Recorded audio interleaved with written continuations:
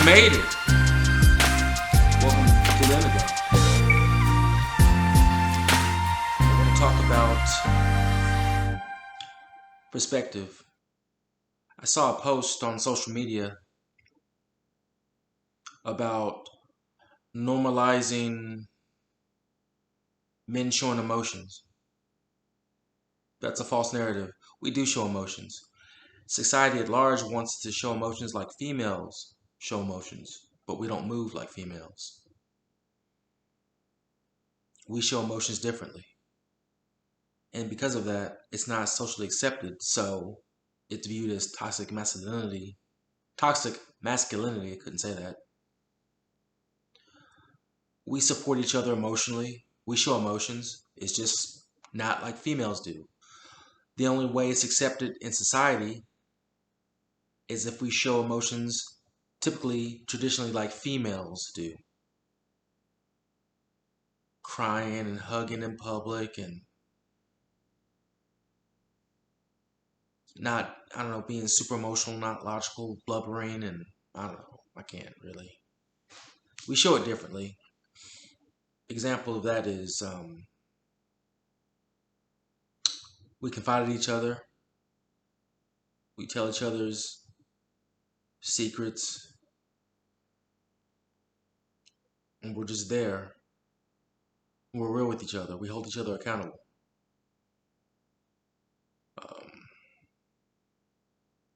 Another thing I want to get into, what was I thinking about? Out of control women. My man Jordan Peterson was talking about this subject. And it's true. We as men know how to deal with a man that has disrespected us. Our values, just our being. First there's like a order of combat. Because as you know, as men, all of us have a low-level threat of violence. Unless there's the type of man who, under no circumstances at all, I don't care if their life is threatened, their loved one's life is threatened, whatever, they will not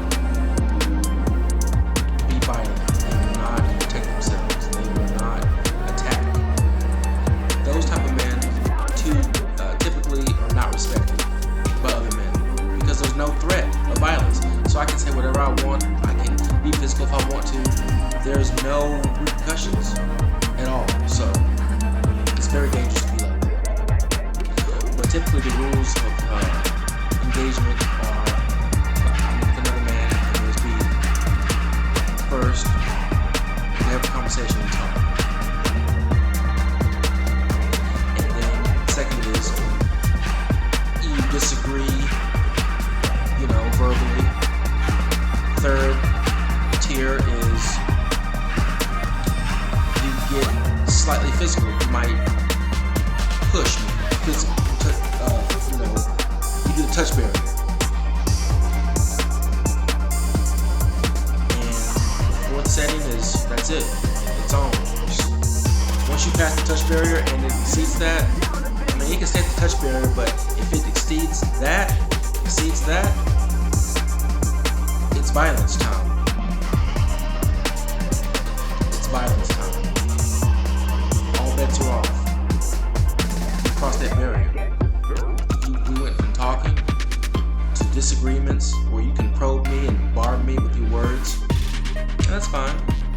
Then you get the physical touch barrier where I'm in your personal space and I might push my forehead or push you or get real close. And after that, if it goes further than that, then it's total violence, 100%. So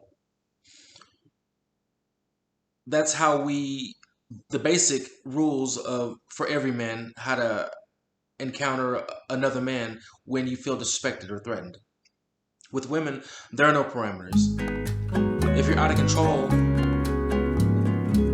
how it looks, the optics of it, how it looks society-wise, in the eyes of the law, and just,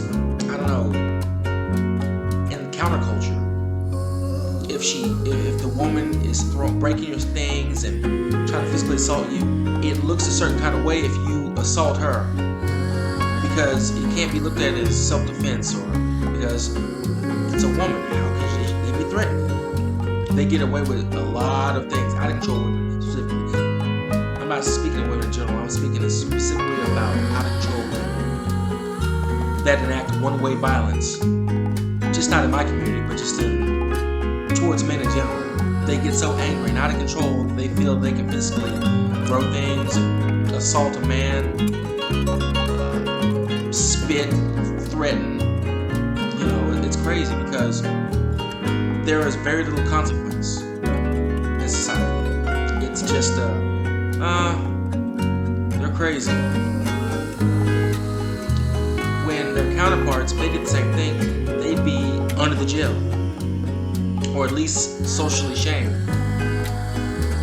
So, those are my thoughts on that. It's just, we have to figure out a way how to protect ourselves. The only modern thing I can think of nowadays, fellas, is to film yourself, film her, film the situation, so you have some sort of proof. Because that's the only way you really stand a chance